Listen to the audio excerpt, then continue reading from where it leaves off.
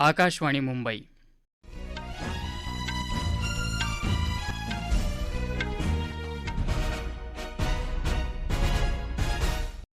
कौस्तुभ पटाईत राष्ट्रीय बातम्या देत आहे. ठळक बातम्या. विविध क्षेत्रातल्या सहकार्यासाठी भारत आणि बांगलादेश यांच्यात सामंजस्य करार. वैद्यकीय उपचारासाठी बांगलादेशी नागरिकांना ई-व्हिसा देण्याची प्रधानमंत्री नरेंद्र मोदी यांची घोषणा. बनावट बिलांच्या आधारे इनपुट टॅक्स क्रेडिटचा दावा करण्याचे प्रकार रोखण्यासाठी आधार संलग्न बायोमेट्रिक आधारित यंत्रणा राबवण्याचा जीएसटी परिषदेचा निर्णय. स्पर्धा परीक्षांमधल्या गैरप्रकारांबद्दल 10 वर्षांपर्यंत तुरुंगवास आणि 1 कोटी रुपयांपर्यंतच्या दंडाची तरतूद करणारा कायदा आजपासून लागू. इमिग्रेशन प्रक्रिया वेगवान होण्यासाठी दिल्ली विमानतळावर नव्या सुविधेचं लोकार्पण. लवकरच मुंबईसह इतरही ठिकाणी होणार सुरुवात. आणि T20 क्रिकेट विश्वचषक स्पर्धेत भारताविरुद्धच्या सामन्यात बांगलादेशचा नाणेफेक जिंकून प्रथम क्षेत्ररक्षण करण्याचा निर्णय. भारत बांगलादेश दरम्यान आज विविध क्षेत्रातले महत्त्वाचे समझोता करार झाले. यात पर्यावरणस्नेही उपक्रम, सागरी व्यापार, रेल्वे दळणवळण, आरोग्य आणि वैद्यक, आपत्ती व्यवस्थापन इत्यादी क्षेत्रांचा समावेश होता. प्रधानमंत्री नरेंद्र मोदी यांनी बांगलादेशच्या प्रधानमंत्री शेख हसीना यांच्याबरोबर आज नवी दिल्लीत हैदराबाद हाऊस इथं द्विपक्षीय चर्चा केली. त्यानंतर या करारावर स्वाक्षऱ्या झाल्या. बांगलादेशी नागरिकांना भारतात वैद्यकीय उपचारांसाठी ई-व्हिसा दिला जाईल. तसंच बांगलादेशात रंगपूर इथं नवीन सहाय्यक दूतावास सुरू केला जाईल अशी घोषणा प्रधानमंत्र्यांनी केली.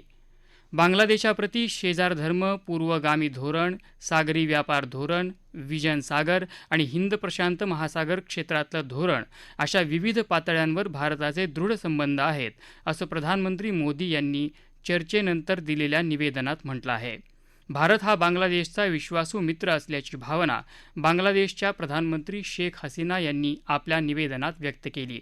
तसंच प्रधानमंत्री मोदी यांना बांगलादेशात येण्याचं निमंत्रण दिलं.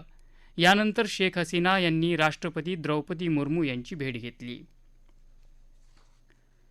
18व्या लोकसभेचं पहिलं अधिवेशन येत्या सोमवारपासून म्हणजेच 24 जूनपासून सुरू होणार आहे. या अधिवेशनात हंगामी सभापती भृतहरी मेहताब नवनिर्वाचित खासदारांना शपथ देतील.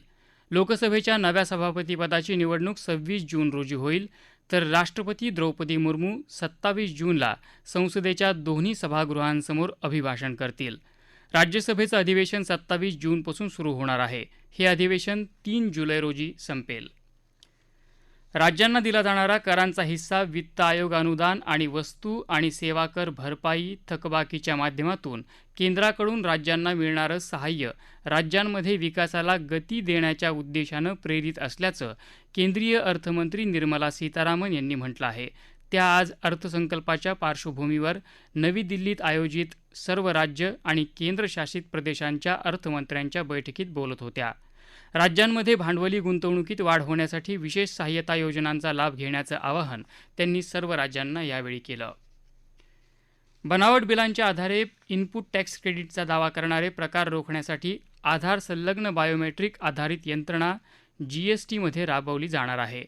वस्तू आणि सेवा कर परिषदेच्या 53व्या बैठकीत हा निर्णय झाल्याची माहिती केंद्रीय अर्थमंत्री निर्मला सीतारामन यांनी दिली. गुजरात, पुद्दुचेरीमध्ये याची चाचणी झाली असून टप्प्याटप्प्याने देशभरात अंमलबजावणी होईल असं त्या म्हणाल्या.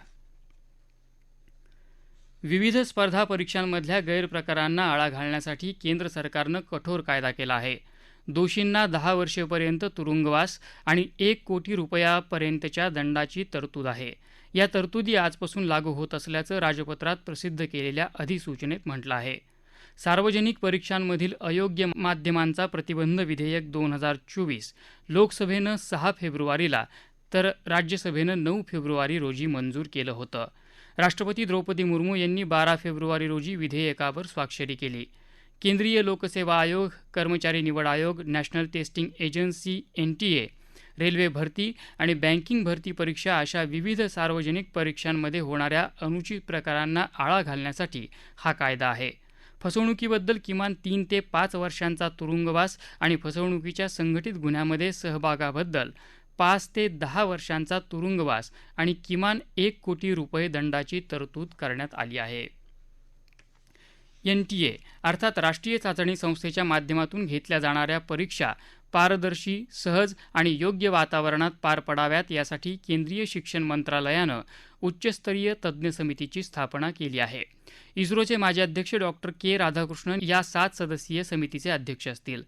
कार्यक्षमता वाढवून NTAच्या चुकीच्या पद्धती मोडून काढत परीक्षा प्रक्रियेत सुधारणा, संकलित माहिती सुरक्षा तसंच संस्थेची रचना आणि कामकाज याची समीक्षा समिती करणार आहे. व्यावसायिक अभ्यासक्रमांसाठीची प्रवेश परीक्षा पारदर्शक असून विद्यार्थी आणि पालकांनी अफवांवर विश्वास ठेवू नये असं आवाहन महाराष्ट्र राज्य सामायिक प्रवेश परीक्षा कक्षाचे आयुक्त दिलीप सरदेसाई यांनी आज मुंबईत वार्ताहर परिषदेत केलं. राज्य सामायिक प्रवेश परीक्षा कक्षानं औषध निर्माणशास्त्र आणि कृषी शिक्षण अभ्यासक्रमासाठी परीक्षा घेतली होती. यात समान गुण मिळालेल्या विद्यार्थ्यांना वेगवेगळे पर्सेंटाईल दाखवल्याचा आक्षेप चुकीचा असल्याचं सरदेसाई यांनी स्पष्ट केलं. या राष्ट्रीय बातम्या आकाशवाणीच्या मुंबई केंद्रावरून देत आहोत.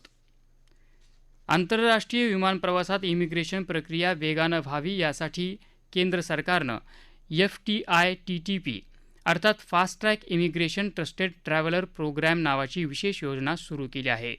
या योजनेचं उद्घाटन केंद्रीय गृहमंत्री अमित शहा यांच्या हस्ते दिल्ली विमानतळावर झालं. याचा लाभ भारतीय नागरिक आणि अनिवासी भारतीयांना होईल. यामुळे भारतीय आणि अनिवासी भारतीय नागरिक यांचा विमान प्रवास अधिक वेगवान, सुरळीत आणि सुरक्षित होईल असा विश्वास यावेळी शहा यांनी व्यक्त केला. योजनेसाठी पात्र असलेल्या नागरिकांना ऑनलाईन अर्ज दाखल करून आवश्यक तपशिलांची नोंद करावी लागेल. त्यानंतर त्यांना या योजनेचा लाभ घेता येईल. देशातल्या 21 विमानतळावर ही योजना सुरू होणार असून त्यात मुंबई, चेन्नई, कोलकाता, बेंगळुरू, हैदराबाद, कोची आणि अहमदाबाद या विमानतळांचा समावेश आहे.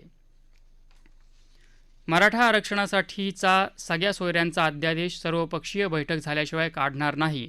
तसंच खोटी कुणबी प्रमाणपत्र देणारे आणि घेणारे या दोघांवरही कारवाई करण्याचं आश्वासन सरकारनं दिलं आहे. त्यामुळे उपोषण मागे घेत असल्याची घोषणा OBC आंदोलनकर्ते लक्ष्मण हाके यांनी आज केली.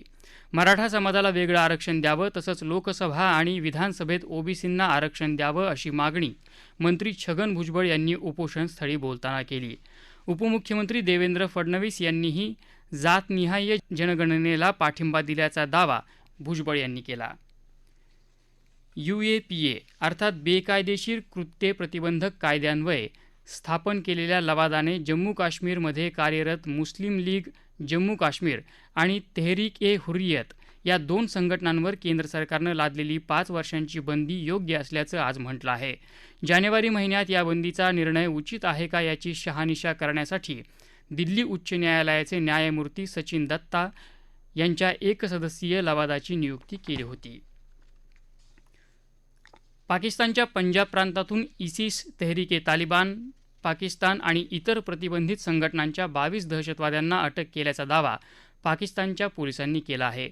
पोलिसांनी पंजाबच्या विविध जिल्ह्यांमध्ये केलेल्या 152 कारवायांमध्ये या दहशतवाद्यांना अटक केल्याचं लाहोरमधल्या दहशतवाद विरोधी विभागाच्या प्रवक्त्यांनी आज सांगितलं. भारताच्या ज्योती सुरेखा वेन्नम, प्रणीत कौर आणि अदिती स्वामी यांनी तुर्कीतल्या अंताल्या इथल्या तिरंदाजी विश्वचषक 2024मध्ये कंपाऊंड सांघिक स्पर्धेत सुवर्णपदके जिंकली आहेत. भारतीय महिला संघानं या मोसमातली 3ही विश्वचषक स्पर्धेतली कंपाऊंड सांघिक सुवर्णपदके जिंकली आहेत. T20 विश्वचषक क्रिकेट स्पर्धेत भारताविरुद्धच्या सामन्यात नाणेफेक जिंकून पहिल्यांदा क्षेत्ररक्षण करण्याचा निर्णय बांगलादेशनं घेतला आहे. बार्बाडोसमधल्या अँटिग्वामध्ये हा सामना सुरू आहे. शेवटचं वृत्त हाती आले तेव्हा भारताच्या 3 षटकात बिनबाद 29 धावा झाल्या होत्या. ठळक बातम्या पुन्हा एकदा. विविध क्षेत्रातल्या सहकार्यासाठी भारत आणि बांगलादेश यांच्यात सामंजस्य करार. वैद्यकीय उपचारासाठी बांगलादेशी नागरिकांना ई-व्हिसा देण्याची प्रधानमंत्री नरेंद्र मोदी यांची घोषणा. बनावट बिलांच्या आधारे इनपुट टॅक्स क्रेडिटचा दावा करण्याचे प्रकार रोखण्यासाठी आधार संलग्न बायोमेट्रिक आधारित यंत्रणा राबवण्याचा GST परिषदेचा निर्णय. स्पर्धा परीक्षांमधल्या गैरप्रकारांबद्दल 10 वर्षांपर्यंत तुरुंगवास आणि 1 कोटी रुपयांपर्यंतच्या दंडाची तरतूद करणारा कायदा आजपासून लागू. इमिग्रेशन प्रक्रिया वेगवान होण्यासाठी दिल्ली विमानतळावर नव्या सुविधेचं लोकार्पण. लवकरच मुंबईसह इतरही ठिकाणी होणार सुरुवात. आणि T20 क्रिकेट विश्वचषक स्पर्धेत भारताविरुद्धच्या सामन्यात बांगलादेशचा नाणेफेक जिंकून प्रथम क्षेत्ररक्षण करण्याचा निर्णय. याबरोबरच आकाशवाणी मुंबई केंद्रावरचं हे राष्ट्रीय बातमीपत्र संपलं. नमस्कार.